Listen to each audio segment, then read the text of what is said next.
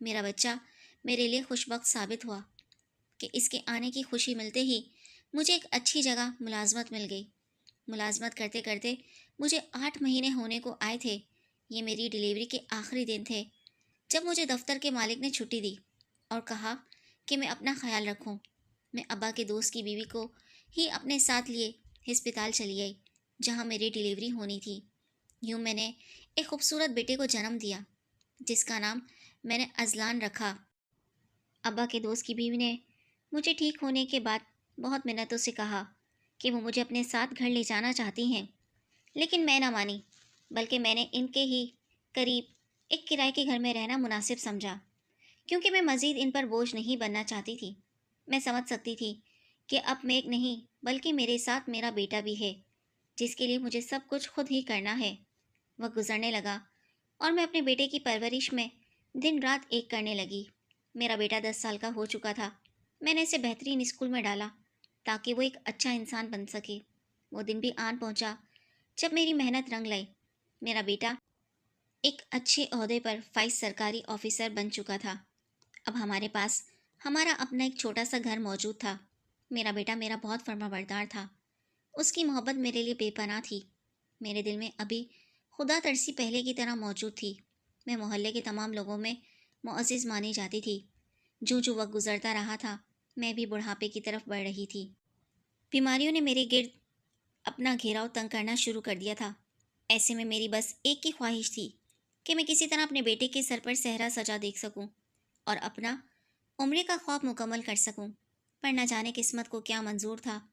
میں عمرہ کرنے کے لیے کافی سالوں سے پیسے جمع کر رہی تھی جو میرا بیٹا ہر مہینے مجھے گھر خرچ کے علاوہ دیتا تھا۔ اس کی بھی یہی حسرت تھی کہ میں اپنے اس خواہش کو پورا کر سکوں، پر وقت پر کس کا اختیار ہے۔ میں بھی انہی میں سے ایک ثابت ہوئی تھی۔ میری بے تحاشا دعاؤں کا صلہ تھا کہ میں کچھ ہی عرصے میں اپنے عمرے کے لیے کثیر رقم جمع کر چکی تھی تاکہ مجھے کوئی بھی پریشانی نہ ہو۔ اب بس مجھے کسی بھی طرح عمرے کا فارم جمع کرانا تھا اور اپنے اللہ کا گھر دیکھنا تھا جس کا مجھے بے حد شدت سے انتظار تھا، پر شاید ابھی وہ وقت نہیں آیا تھا یا میرا بلاوا منظور نہیں ہوا تھا۔ معمول کے مطابق میرا بیٹا اپنے دفتر جا چکا تھا۔ جانے سے پہلے وہ مجھ سے اچھے سے مل کر گیا تھا۔ میں اسے رخصت کرنے دروازے پر پہنچی تو مجھے ساتھ والے گھر سے رونے کی، چیخنے چلانے کی آوازیں سنائی دینے لگی۔ میں پریشانی کے عالم میں اس گھر کی جانب چل پڑی۔ آج سے پہلے میں یوں کسی کے گھر میں بے دھڑک داخل نہیں ہوئی تھی، لیکن نہ جانے کیوں ان روتی ہوئی آوازوں نے مجھے اپنا سینہ بوجھل ہوتا محسوس ہوا۔ خوف سے دل دھڑک اٹھا تھا کہ نہ جانے کیا ماجرا ہے۔ جی رونے کی ہیبت ناک آوازیں آ رہی ہیں۔ میں ان کے گھر میں داخل ہوئی تو سامنے ہی ایک عورت اپنی بیٹی کو سینے سے لگائے بیٹھی زار و قطار رو رہی تھی۔ میں نے ایک نظر چاروں طرف دوڑائی۔ وہ گھر کافی پرانا سا تھا جس میں صرف ایک ہی کمرہ تھا۔ میں اس عورت کے قریب گئی اور ان سے سارا معاملہ دریافت کیا کہ آخر ایسی کیا وجہ ہے جو وہ یوں بلک بلک کر رو رہی ہے۔ میرے پوچھنے پر وہ مزید آبدیدہ ہوتی مجھے سب کچھ بتانے لگی کہ ان کی 4 بیٹیاں تھیں جن میں سے وہ 3 کو بیاہ چکی ہیں۔ اب یہ سب سے چھوٹی ہے۔ شوہر کب کے انتقال کر چکے ہیں۔ شوہر کے بعد جیسے ان پر زندگی تنگ سی ہوتی گئی، وہ یہاں اکیلے اپنی جوان بیٹی کے ساتھ رہتی ہیں۔ بیٹی سلائی کرتی اپنے گھر کا رزق چلا رہی تھی۔ کچھ وقت پہلے ہی اس کا رشتہ ہوا تھا اور آج اس رشتے سے انکار ہو چکا تھا کیونکہ رشتے والے شادی کے بدلے بہت زیادہ جہیز مانگ رہے تھے۔ جہیز میں کمی کی صورت میں وہ یہ رشتہ ختم کرنے کو تیار تھے۔ اسی بات پر وہ دونوں ماں بیٹی روتے اپنا غم بیان کر رہی تھیں۔ میں نے اس بچی کے سر پر ہاتھ رکھا اور اس کی ماں کو بھی تسلی دی کہ خدا برتر بے نیاز ہے، آپ پریشان نہ ہوں، سب ٹھیک ہو جائے گا۔ لیکن یہ تو وقت نے ہی بتانا تھا کہ کیا واقعی سب ٹھیک ہوگا۔ میں نے ان سے استفسار کیا کہ انہیں کتنے پیسوں کی ضرورت ہے تو انہوں نے بتایا کہ انہیں جہیز کا سامان خریدنے کے لیے اچھی خاصی رقم کی ضرورت ہے، پر ان کے پاس کوئی بھی سہارا موجود نہیں ہے۔ اس وقت میرا دماغ مختلف سوچوں میں گھرا تھا۔ میری سمجھ میں نہ آیا کہ کس طرح ان کی مشکلات آسان کروں۔ کچھ بھی تھا، میں بھی ایک ماں تھی اور سمجھ سکتی تھی کہ اولاد کا دکھ کس طرح ماں کو ہلکان کیے رکھتا ہے۔ میں نے بھی تو اس عورت کی طرح اپنے بچے کو اکیلے پال پوس کر بڑا کیا تھا۔ وہاں سے اٹھ کر میں اپنے گھر آ گئی تھی اور اپنے لیے عمرے کی رقم جو میں جمع کر چکی تھی اس میں سے آدھی رقم لے کر میں واپسی ان دونوں ماں بیٹی کے پاس چلی گئی اور اس لاچار عورت کو وہ پیسے تھما کر میں نے ان کو کہا کہ وہ اس رقم سے اپنی بیٹی کی شادی کر سکتی ہیں، یہ میری طرف سے ایک تحفہ ہے۔ میری بات سن کر وہ بے تحاشا رونے لگی اور انکار کرنے لگی کہ وہ نہیں لے سکتی، ان کا ضمیر اس بات کی اجازت نہیں دیتا، پر میرے اصرار کرنے پر انہوں نے وہ رقم رکھ لی تاکہ وہ اپنی بیٹی کے جہیز کا سامان لا سکیں۔ ان دونوں ماں بیٹی نے میرا دل سے شکریہ ادا کیا اور مجھے خوب دعائیں دی۔ میں کچھ اداس بھی تھی کہ میں اب عمرے کی سعادت اتنی جلدی حاصل نہ کر سکوں گی، کیونکہ وہ رقم تو میں خرچ کر چکی تھی، پر دل میں ایک اطمینان سا بھی تھا کہ میں نے مخلوق خدا کی خاطر اتنا بڑا قدم اٹھایا۔ میں اپنے گھر میں سارا دن یوں ہی کھوئی کھوئی سی رہی۔ رات جب بیٹا دفتر سے واپس لوٹا تو میں نے بے قراری کے عالم میں اسے آج ہوئے سارے واقعے کی اصلیت بتائی۔ میری پوری بات سن کر وہ ہتے سے اکھڑ گیا اور مجھے سمجھانے لگا کہ اس کی نوکری ابھی اتنی زیادہ کمائی نہیں دے سکتی کہ وہ دوبارہ جلدی سے عمرے کی رقم مکمل کر سکے۔ وہ تھوڑا طیش میں تھا کہ آپ کو کیا ضرورت تھی یہ قدم اٹھانے کی، اب میں آپ کے لیے کچھ نہیں کر سکتا۔ مجھے کچھ پریشان سا لگا، مگر فی الحال چپ رہنے میں ہی بھلائی تھی، کیونکہ میں نہیں چاہتی تھی کہ میری وجہ سے ذرا سا بھی پریشان ہو۔ میں یوں ہی روتے روتے سو گئی، اور جو خواب مجھے نظر آیا، میرا دل خدا کے نور سے بھر گیا۔ میں نے خواب میں دیکھا میرا بیٹا میرا ہاتھ پکڑ کر خانہ کعبہ کا طواف کروا رہا ہے۔ آنکھ کھلتے ہی میری زبان سے سبحان اللہ نکلا۔ میں دل میں اپنے خدا سے مخاطب تھی کہ خدا کوئی معجزہ کر دے، میں تیرا گھر دیکھ سکوں۔ اس رات میری آنکھ عین تہجد کے وقت کھلی۔ میں نے فوراً اٹھ کے وضو کیا اور اپنے رب کے سامنے دعا کے لیے ہاتھ اٹھا لیے، کیونکہ اب میرے بس میں کچھ بھی نہیں رہا تھا۔ اگلی صبح روشن اور چمکدار تھی۔ میں بازار کسی کام سے جا رہی تھی جب مجھے اسی گھر کے باہر کھڑی گاڑی نظر آئی جہاں میں نے وہ رقم صرف کی تھی۔ میں نے ایک دو لوگوں سے پوچھا تو پتہ چلا کہ ان کی بیٹی کے رشتے والے آئے ہیں۔ یہ بات سن کر میں پرسکون ہو گئی کہ چلو کسی کا تو بھلا ہوا، میرا بھی خدا کوئی نہ کوئی راستہ ضرور بنا دے گا۔ میں ان کے گھر کے سامنے سے گزر کر جانے ہی لگی تھی جب وہاں سے نکلتے لوگوں کو دیکھ کر میرے پیروں تلے زمین نکل گئی، کیونکہ وہ کوئی اور نہیں بلکہ میرے سسرالی رشتے دار تھے۔ میں حیرت زدہ تھی، اپنی ساس کو وہاں سے نکلتا دیکھ رہی تھی جو اس وقت جھریاں زدہ چہرہ لیے میرے سوتن اور ایک لڑکے کے ساتھ موجود تھیں۔ وہ لڑکا ہو بہو اپنی ماں کی طرح دکھ رہا تھا۔ میرے لیے سب سے اجنبی کی بات یہ تھی کہ وہ تو جاگیردار تھے، تو ان کو اس طرح جہیز لینے کی کیا ضرورت آن پڑی، اور وہ بھی ایک بیوہ عورت سے؟ کیا اس کے دل میں ذرا سا بھی خدا کا خوف موجود نہ تھا جو وہ اس حد تک گر گئے تھے؟ میں بنا کچھ سوچے سمجھے اپنی ساس کے سامنے جا کھڑی ہوئی اور ان سے استفسار کرنے لگی کہ وہ آخر کیا چاہتی ہیں، کیوں اس معصوم بچی کی زندگی تباہ کرنے پر تلی ہیں؟ انہیں جہیز کی ڈیمانڈ کرتے ہوئے ذرا شرم نہ آئی؟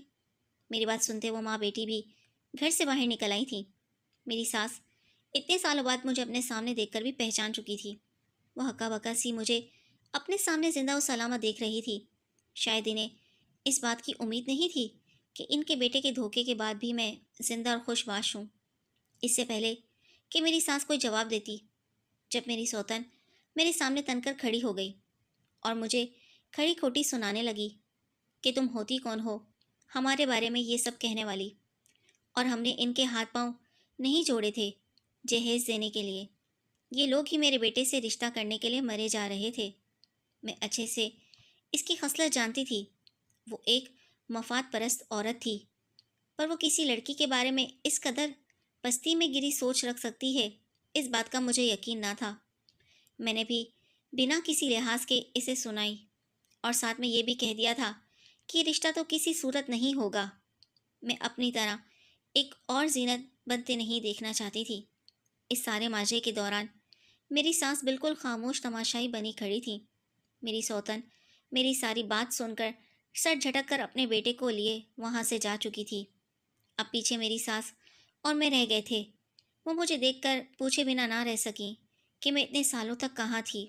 میں نے ان سے کچھ نہ کہا، بلکہ الٹا ان سے ہی سوال و جواب کرنے لگی کہ آپ لوگ اتنے بڑے جاگیردار ہونے کے باوجود ایک غریب لڑکی کو اس طرح کیوں پریشان کر رہے ہیں؟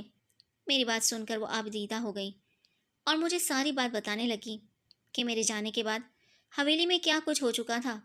انہوں نے مجھے بتایا کہ ان کا بیٹا، جو کہ میرا شوہر بھی تھا، مخالف قبیلے کی لڑائی میں بے دردی سے مار دیا گیا تھا، جس کے بعد شاہ حویلی کا زوال شروع ہو چکا تھا۔ قبیلے کے سرداروں نے میرے بیٹے کی موت کے بعد یہ فیصلہ کیا تھا کہ جب تک اس کا وارث نہیں آ جاتا اس کی سرداری دوسرے قبیلے کو دے دی جائے گی، اور یہی ہوا۔ سرداری دوسرے قبیلے کو دے دی گئی۔ اس کے چلتے ہماری حویلی تک پر ان کا قبضہ ہو چکا تھا۔ ان کی پہلی بہو بھی اب ایک بیٹے کی ماں تھی، پر قبیلے والوں نے کسی بھی بات کا لحاظ کیے بنا انہیں حویلی سے نکال دیا اور وہ راستے پر آ گئے۔ انہوں نے پچھتاوے میں گھرے بات جاری رکھی کہ شاید تمہاری بددعاؤں اور تمہارے ساتھ کیے گئے دھوکے کا ہی اثر تھا کہ خدا نے ہمیں دنیا میں ہی مکافات عمل دکھا دیا اور میرا بیٹا بھی مجھ سے چھین لیا۔ اپنی کہانی بتاتے وہ میرے سامنے ہاتھ جوڑ گئی کہ میں انہیں معاف کر دوں، جو کچھ بھی وہ میرے ساتھ کر چکے ہیں، اور ان کے بیٹے کو بھی۔ میں خود قسمت کے اس انصاف پر حیران تھی اور افسردہ بھی کہ ان کے ساتھ اتنے سالوں میں کیا کچھ ہو چکا تھا۔ اگر دکھ میں نے برداشت کیے تھے تو شاہ حویلی بھی مکمل برباد ہو چکی تھی۔ شاہ حویلی سے جڑا میرا ہر تعلق مکمل طور پر ختم ہو گیا تھا۔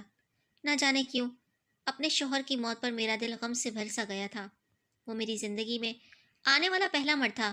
کچھ بھی تھا، میں اس کے نکاح میں تھی، اور اس عمر میں یہ خبر میرے لیے کسی صدمے سے کم نہ تھی، پر میں ان کے سامنے کچھ بھی ظاہر نہیں کرنا چاہتی تھی۔ میں نے ان کے جڑے ہاتھ نیچے کیے اور انہیں بتایا کہ میں نے انہیں کبھی بددعا نہیں دی، بلکہ میں تو خود غموں کی ماری بس اپنے بیٹے کے لیے زندہ ہوں، جو کہ آپ کا پوتا ہے۔ اپنے پوتے سے ضرور ملیے گا، اسے اچھا لگے گا۔ اپنی دادی سے مل کر میں نے انہیں تسلی دی اور انہیں اپنے گھر آنے کا بھی کہا تھا۔ تبھی میری نظر پیچھے کھڑی معصومہ اور اس کی ماں پر پڑی، جو پریشان کے نظروں سے مجھے ہی دیکھ رہی تھی۔ میں ان کے پاس گئی اور ان کو کہا کہ شادی کے لیے پریشان ہونے کی بالکل بھی ضرورت نہیں ہے۔ تمہاری بیٹی میں کوئی کمی نہیں ہے جو تم اس عورت کے سامنے جھکو گی۔ تمہاری بیٹی کی شادی میں خود اپنے بیٹے سے کروں گی۔ اگر تمہیں کوئی اعتراض نہ ہو تو وہ بیوہ عورت میری بات سن کر میرے گلے لگ گئی۔ انہوں نے میرے بیٹے کو دیکھ رکھا تھا۔ میری بیٹی کی شرافت کے چرچے پورے محلے میں مشہور تھے، کیونکہ آج تک اس نے کسی بھی عورت کو آنکھ اٹھا کر نہیں دیکھا تھا۔ میری ساس اس وقت رشک سے مجھے دیکھ رہی تھی، پر اب وقت بدل گیا تھا۔ مجھے ان کی کسی بھی بات سے کوئی فرق نہیں پڑتا تھا۔ میں نے ان دونوں ماں بیٹی کو گھر کے اندر بھیجا اور اپنے گھر کی طرف جانے لگی۔ تب میری ساس نے مجھے پیچھے سے آواز دیتے روکا اور کہا کہ کیا وہ بھی میرے ساتھ آ سکتی ہیں؟ میں نے ہاں میں سر ہلاتے انہیں اپنے ساتھ لیے گھر کا رخ کیا۔ میں نے انہیں اپنے کمرے میں بٹھایا اور ان کے لیے کچھ کھانے پینے کا انتظام کرنے لگی۔ تب تک میرا بیٹا بھی آ چکا تھا۔ اس کی عادت تھی کہ وہ سب سے پہلے میرے ہی کمرے میں آتا تھا۔